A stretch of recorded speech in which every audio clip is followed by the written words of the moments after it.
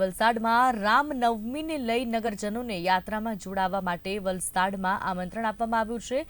રામનવમીની ઉજવણીને લઈ મહત્વપૂર્ણ સમાચાર વલસાડથી। વલસાડમાં ભવ્ય શોભાયાત્રા યોજાશે। રામ જન્મ સમિતિ દ્વારા સમસ્ત નગરજનોને આમંત્રણ પાઠવવામાં આવ્યું છે।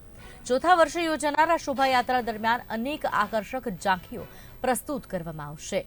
રામ જન્મ સમિતિના આયોજક હિતેશ પટેલ અને બકુલ જોશીએ જણાવ્યું કે શૌર્ય તથા આસ્થાનો મહિમા આ રામનવમી દરમિયાન ઉજાગર થશે।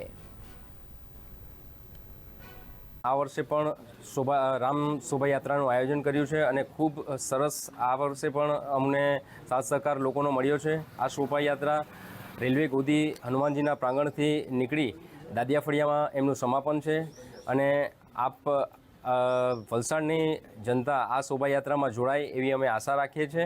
આ વખતે શ્રી રામ જન્મોત્સવ સમિતિ દ્વારા ભવ્ય રામ શોભાયાત્રાનું આયોજન કરેલ છે। વલસાડના અબોલ બાલ વૃદ્ધ વેપારી દરેકને અમે હાર્દિક આમંત્રણ આપીએ છીએ અને આ શોભાયાત્રામાં મોટી સંખ્યામાં જોડાઈ વિવિધ ઝાંખીઓ, ભગવાનના દર્શન અને 11 ફૂટની મૂર્તિ સાથે જે સાજ સજાવટ સાથે મુંબઈથી ફિલ્મી કલાકારો સાથે એક ઝાંખી બનાવી રહ્યા છીએ। એમાં રામ લક્ષ્મણ જાનકી અને કૃષ્ણ રાધાની બી એક ઝાંખી છે, એટલે બાહુબલી હનુમાનજી બી છે અને તલવારબાજી અને જે દાવ છે આપણા વિવિધ એ દાવો સાથેના એક ઝાંખીઓ નીકળી રહી છે।